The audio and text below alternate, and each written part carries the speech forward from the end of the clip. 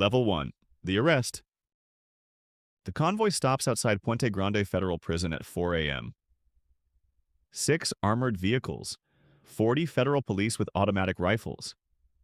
You're in the middle truck, hands zip-tied behind your back, sitting between 2 agents who haven't said a word in 3 hours. This isn't your first arrest, it's your third. But this time, there's no bail hearing coming, no sympathetic judge on the payroll. The Americans pushed too hard, made too much noise. So now you're here. The gates open. 20-foot concrete walls topped with razor wire that gleams under the floodlights. Guard towers every 50 meters with men holding rifles pointed down at the courtyard. You're walked through processing in a basement room that smells like bleach and sweat. They take your clothes, your watch, the gold chain your grandmother gave you when you were 12. You get orange cotton that's been washed 1,000 times and plastic sandals that don't fit. They put you in cell block C, maximum security, 23-hour lockdown, 1 hour of yard time if you behave. Your cell is 8 feet by 10 feet. Concrete bunk bolted to the wall. Steel toilet with no seat. 1 small window with bars so thick you can barely see the sky. The door slams. The lock clicks.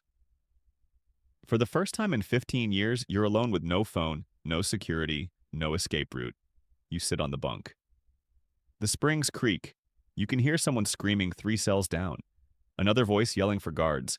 A radio playing narco corridos so quietly you can barely make out the words. This is supposed to break you. The prosecutor said so at the hearing. Told the judge you'd be neutralized, rendered harmless. Isolated from your empire? He has no idea how prisons actually work. That handshake with the warden is 3 days away, but you don't know that yet. Level 2. The network. Your lawyer visits on day 2. Mercedes Salazar, 48 years old, $3,000 suit, briefcase that costs more than a guard makes in 6 months. She sits across from you in the visitation room under fluorescent lights that hum. 2 guards stand by the door, pretending not to listen. She slides a legal pad across the table. On it, she's written, "Everyone here has a price. Start with the guards on the night shift. Ramirez is in debt. Ochoa's daughter needs surgery." You don't write anything back. You just nod. She talks for 30 minutes about your appeals process, your extradition case, discovery motions that mean nothing. All theater for the guards. Then she leaves. You go back to your cell. That night you don't sleep. You listen. To the guards changing shifts. To who talks to who. To which cell blocks stay quiet and which ones have movement after lights out. Guard Ramirez works the C block corridor on Tuesdays and Thursdays. You watch him for a week. He's 32. Wedding ring on his left hand. Bags under his eyes. The way he stands says he hasn't slept well in months. On your second Thursday, you signal him over during count. You ask for an extra blanket, not demanding. Asking, like you're just another prisoner who's cold at night. He brings it that evening. You thank him. You mention you heard he's been working doubles.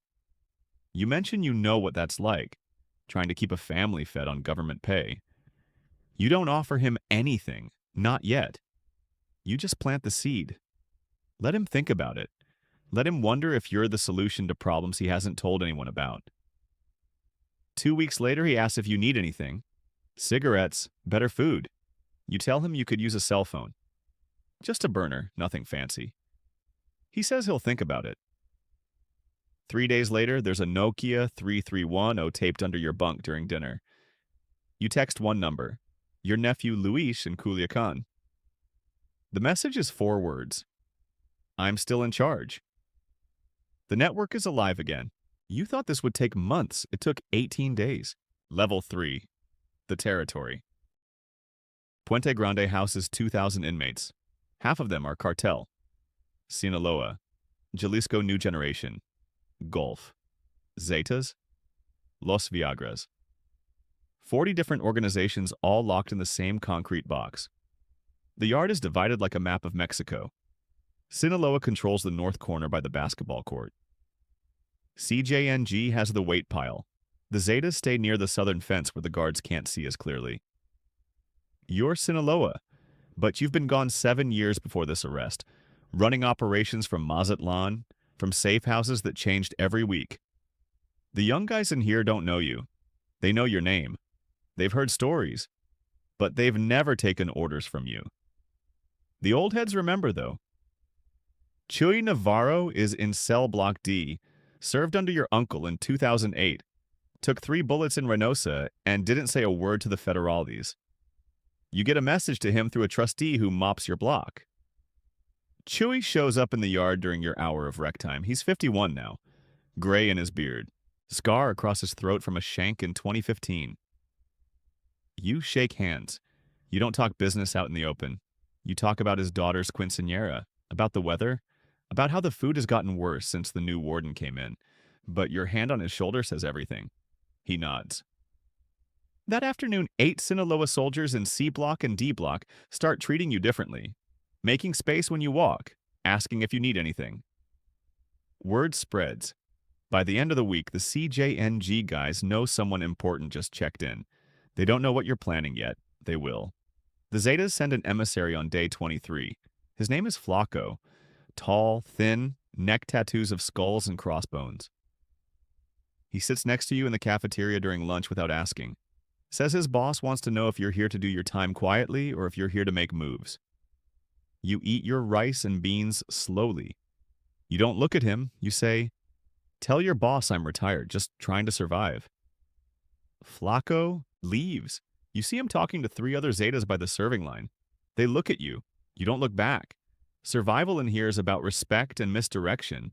Let them think you're broken. Let them think you're irrelevant. That mistake will cost them more than they know. But that's 2 levels from now. Level 4. The Warden. Warden Esteban Ruiz has been running Puente Grande for 4 years. Before that, Matamoros Federal Prison. Before that, 20 years as a federal police officer in Tijuana. He's 56 years old, 3 ex-wives, 2 daughters in private school in Guadalajara, a house in Zapopan he couldn't afford on his salary. You know all this before you ever speak to him. Your lawyer's investigator sent the file. Ruiz is dirty, not cartoonishly corrupt, just the normal Mexican bureaucrat kind of dirty. He takes his mordida. He looks the other way. He doesn't ask questions he doesn't want answered. Your meeting happens during a medical visit. You complain of chest pains. The guards take you to the prison clinic. The doctor, already on your payroll through a cash drop to his cousin, says you need an EKG. You're waiting in the hallway when Warden Ruiz walks by. Not an accident. His secretary scheduled this walk for this exact time. You make eye contact.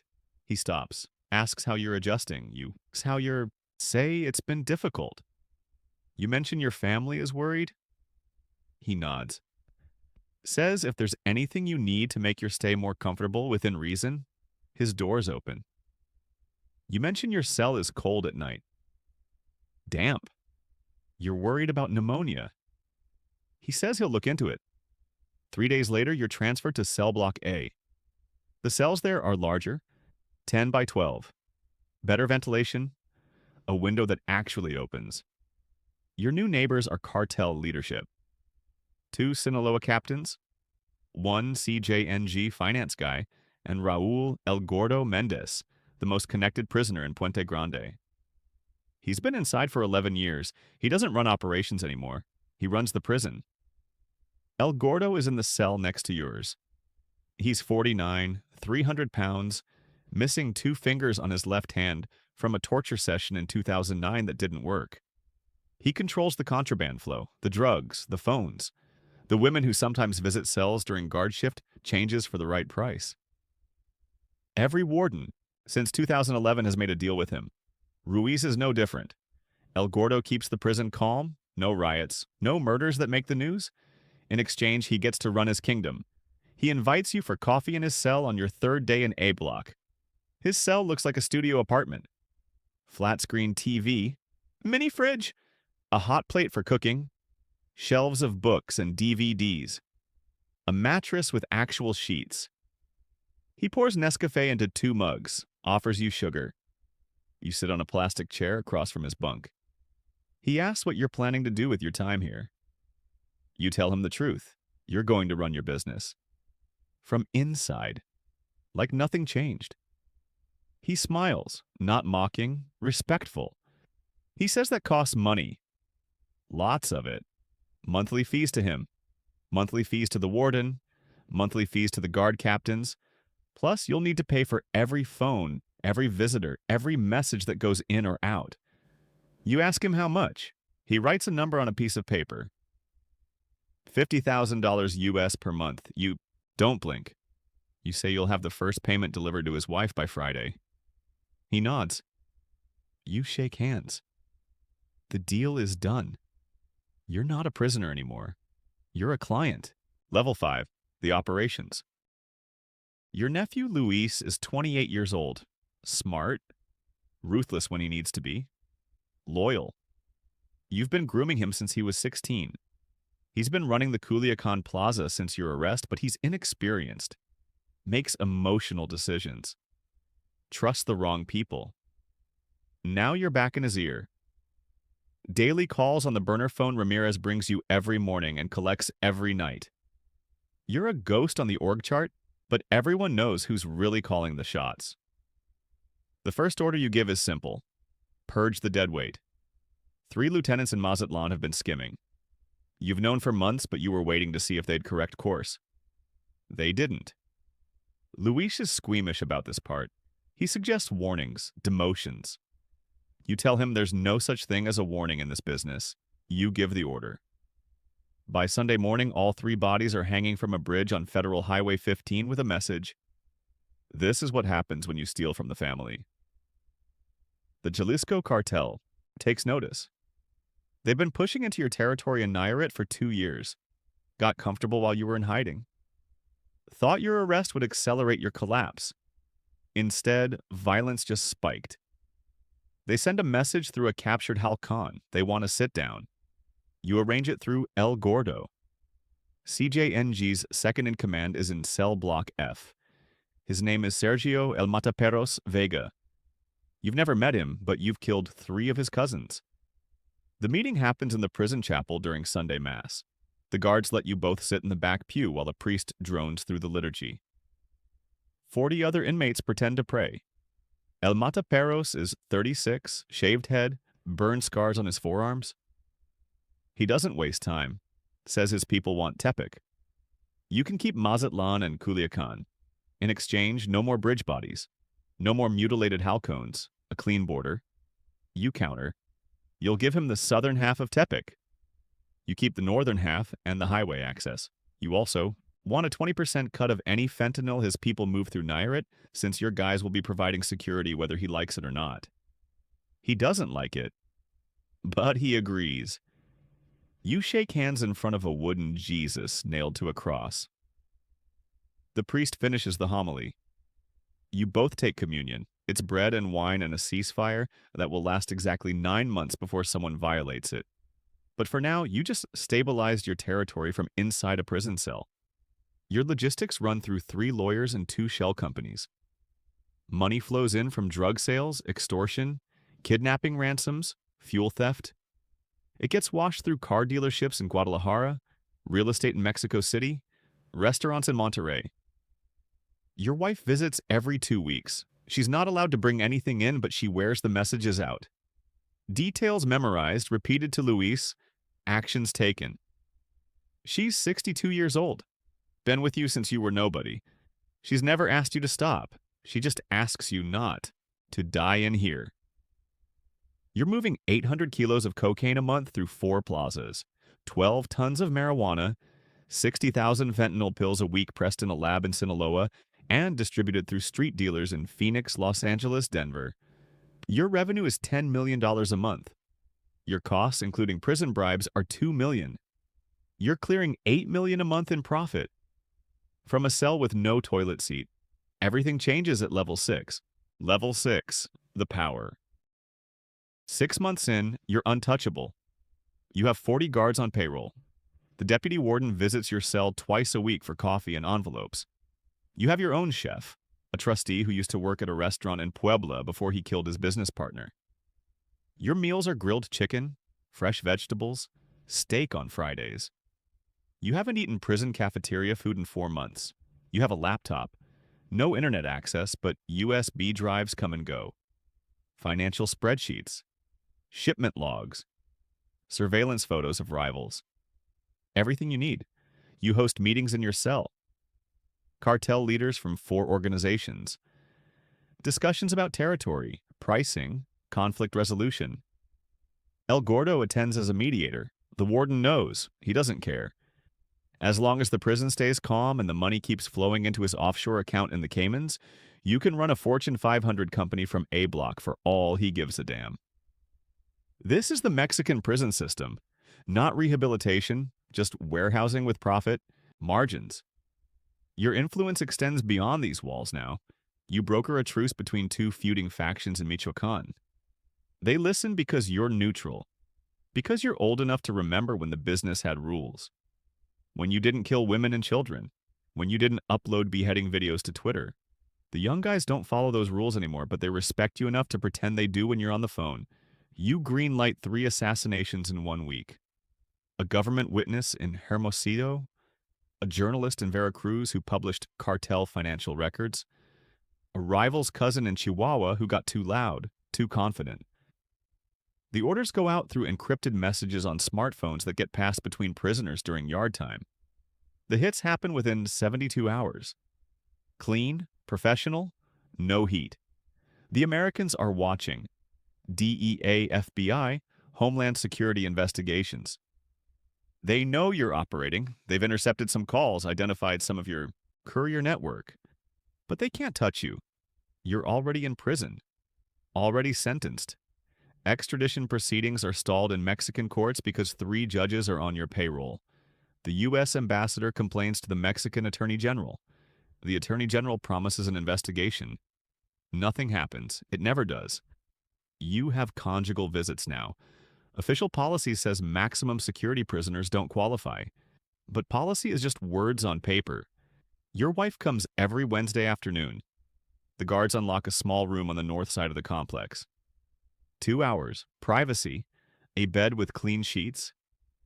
Afterward, she brings you news from outside, updates on your grandchildren, your daughter's new boyfriend, who you'll need to have investigated, your son's gambling debts in Tijuana that are becoming a problem. You also have other visits, a 24-year-old woman named Carla who works as a paralegal at your lawyer's office. She's not your wife. Your wife knows. This is the arrangement. Has been for 30 years. Carla visits on Fridays. She's young enough to be your granddaughter. You don't think about that. You think about power, about the fact that you're serving life in maximum security, and you still have more control over your existence than 99% of men walking free. But control is a drug, and like all drugs, it makes you careless. You stop seeing the threat until it's too late. Level 7. The threat. The new inmate arrives on a Tuesday.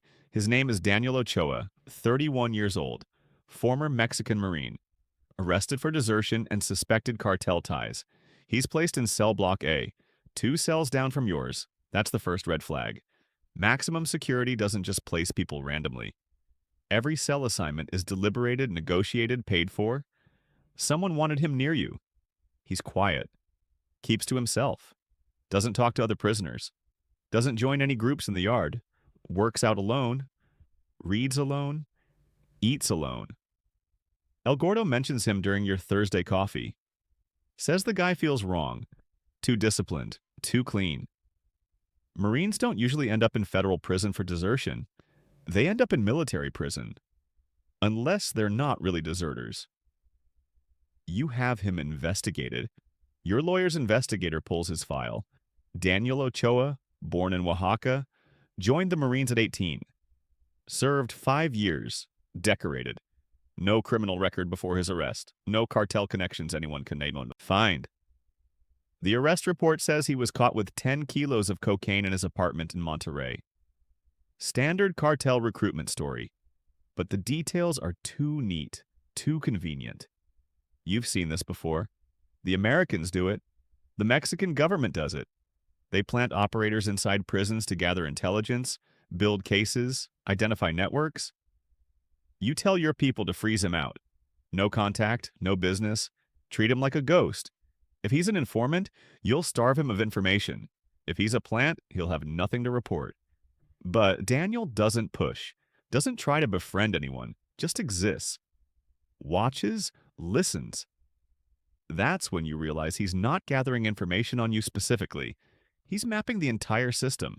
Who reports to who, how money moves, which guards are dirty. He's building a conspiracy case. Ryko, the kind that brings down 20 people at once. You make a decision. Daniel Ochoa needs to disappear. Not killed, that would confirm he was important. Just transferred. Removed. Your lawyer files a formal complaint with the warden. Claims Daniel threatened you in the yard. No witnesses, but that doesn't matter. You pay the warden an extra of $50,000. Daniel is transferred to another facility in Veracruz within a week. Problem solved, except it's not solved, because Daniel wasn't the only plant. Guard Ramirez is acting strange. Nervous, avoids eye contact, starts taking longer to deliver your phone. One night he doesn't bring it at all. Says there's a shakedown happening, too risky. You don't believe him. You have him followed, not physically but digitally. Your tech guy on the outside hacks his phone records. Ramirez has been texting a number that traces back to a DEUEE. Field office in El Paso. He's been cooperating for 3 months. Every phone he brought you was logged. Every message copied. Every name you said recorded. You're sitting in your cell at 2 a.m. when you realize the walls are closing in. Not today, not this month, but soon. The Americans are building something. A case big enough to extradite you? To put you in Florence ADX in Colorado where there are no bribes, no cell phones, no power. Just 23 hours in a concrete box for the rest of your life. You have 2 choices. Eliminate Ramirez and everyone else who's talking, or disappear before the case gets filed. The first option is loud, brings heat, accelerates the timeline. The second option means walking away from everything you've built, from the power, from the control, from the only identity you've ever had. You choose the third option, the one no one sees coming, but that's the next level. Level 8, the escape. Escaping from a maximum security federal prison is impossible. That's what the warden tells reporters. What the government tells families. What the Americans believe when they extradite suspects to Mexico. But impossible just means expensive. It means complicated. It means you need 12 months of planning, $4 million in bribes, and a willingness to burn every bridge on your way out. You start with the blueprints. Your lawyer requests them as part of a lawsuit about prison conditions. Takes 6 months to get approval, but eventually the architectural plans for Puente Grande end up on her desk. She photographs every page with her phone, sends them to a civil engineer in Guadalajara who owes you a favor. He studies the layout, the walls, the tunnels underneath for plumbing and electrical. The delivery routes for food and supplies, he finds the weak point, the laundry facility on the east side of the complex. It connects to an underground maintenance tunnel that runs 300 meters before surfacing outside the prison perimeter. You need access to the laundry. Prisoners don't normally go there. Trustee workers handle that. But you pay the deputy warden $200,000. Suddenly you're assigned to laundry duty. Light work for an older prisoner with good behavior. You spend 3 weeks mapping the tunnel access point. It's behind a boiler in the back room, locked with a padlock and a steel plate bolted to the concrete. You'd need cutting tools, time, privacy. Your team outside starts digging from the other end. A house 2 blocks from the prison is purchased through a shell company. In the backyard at night, 8 men with shovels and jackhammers carve a tunnel that connects to the prison maintenance line. It takes 5 months. The noise is covered by construction on a nearby highway, construction your people paid the city to schedule at the same time. Coincidences don't exist at this level. Everything is engineered. Inside you, prepare the route. Guard rotations are memorized. Every camera angle noted. You pay 3 guards to be sick on the same night. You pay 2 more to shut off perimeter lights for 15 minutes during a shift change. You pay the camera technician to loop footage from the previous night so the security office sees nothing unusual. Every person involved gets a cash payment and a threat. Take the money and stay silent, or you and your family disappear. Everyone takes the money. The escape happens on a Saturday night in July. You finish your shift in the laundry room. Everyone else leaves. You're alone. You pull the steel plate off the wall. The bolts were already loosened by a maintenance worker on your payroll. You crawl into the tunnel. It's dark, tight. Smells like sewage and rust. You're 63 years old. Your knees hurt. Your back hurts. You crawl 300 meters through mud and filth. It takes 40 minutes. You emerge in the basement of the house. Your nephew, Luis, is waiting with clean clothes, a passport, and a helicopter on the roof. By the time the guards realize you're missing, you're 200 miles away. The news breaks at dawn. Cartel boss escapes maximum security prison. The warden is arrested. 14 guards are arrested. The deputy warden flees to the United States and requests asylum. The Mexican government promises a full investigation. The president calls it an embarrassment. The Americans are furious. You're on a beach in Belize watching CNN report your escape while drinking a beer. You're free, untouchable, victorious. But freedom is another type of prison. You'll understand that soon. Level 9, the fugitive. You can't go home, can't see your wife in person, can't visit your mother's grave, can't attend your granddaughter's wedding. You're the most wanted man in Mexico. The Americans have a $10 million bounty on your head. The DEA has a task force that does nothing but hunt you. Every cop, every soldier, every informant in the country has your photo. You're free, but you're living in a cage made of paranoia and distance. You move every 3 days. Safe houses in Belize, Honduras, Guatemala, Nicaragua. Never the same place twice. Never the same bed 2 nights in a row. Your security team is 8 men. Former special forces, former cartel soldiers. Men who'll die before they let you get captured. But you don't trust them. You can't. Trust is what got you arrested last time. Trust is a luxury you can't afford. You run your business through encrypted apps and disposable phones. Your voice is disguised with software. Your face never appears on video calls. You're a ghost. Order still. Go out. Money still flows. But the connection is weaker. Luis is making more decisions on his own. Some good, some catastrophic. A shipment gets intercepted in Guadalajara because he trusted a new logistics coordinator who was a DEA informant. $3 million lost. 6 men arrested. You can't discipline him from a distance. You can't look him in the eye and make him understand the cost of stupidity. The Americans almost catch you in Tegucigalpa. Someone talked. A maid at the safe house. A local cop who noticed too many armed men in a quiet neighborhood.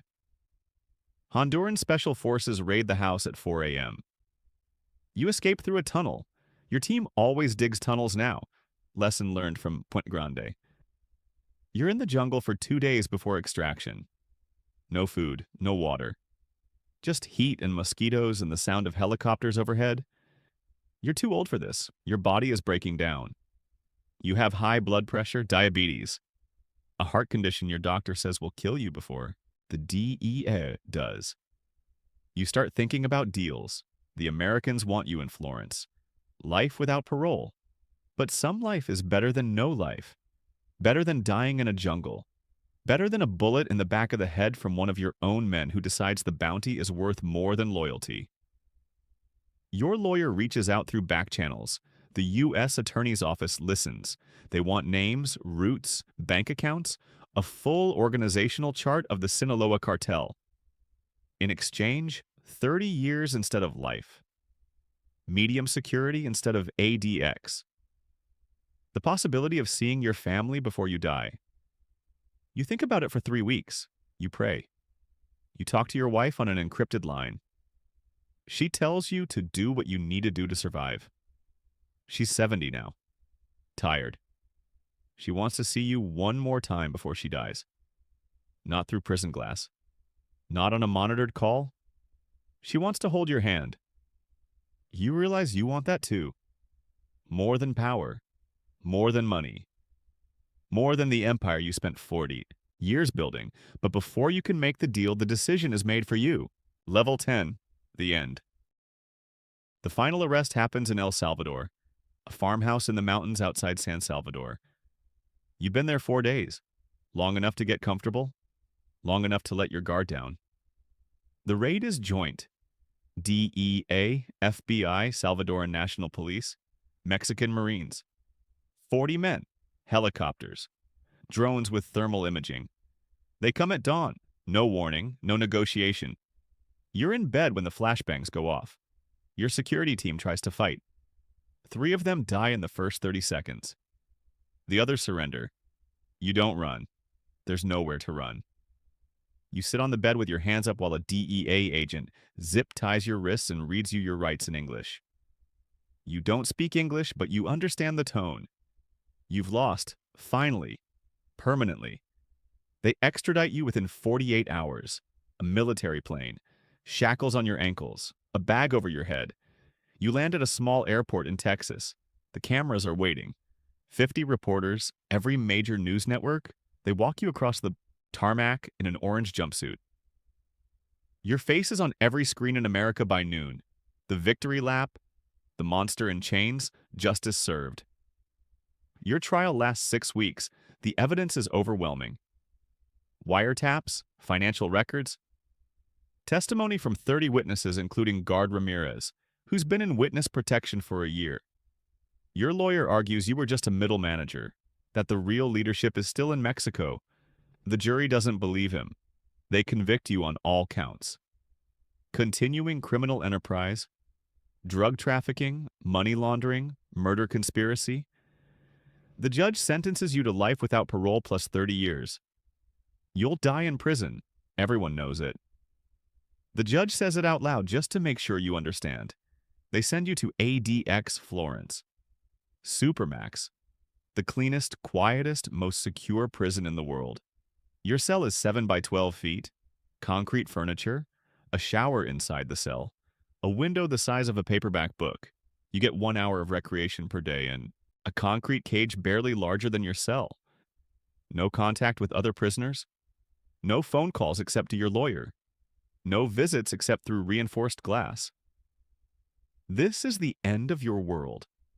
A concrete box in the Colorado mountains where you'll spend 23 hours a day until your heart stops.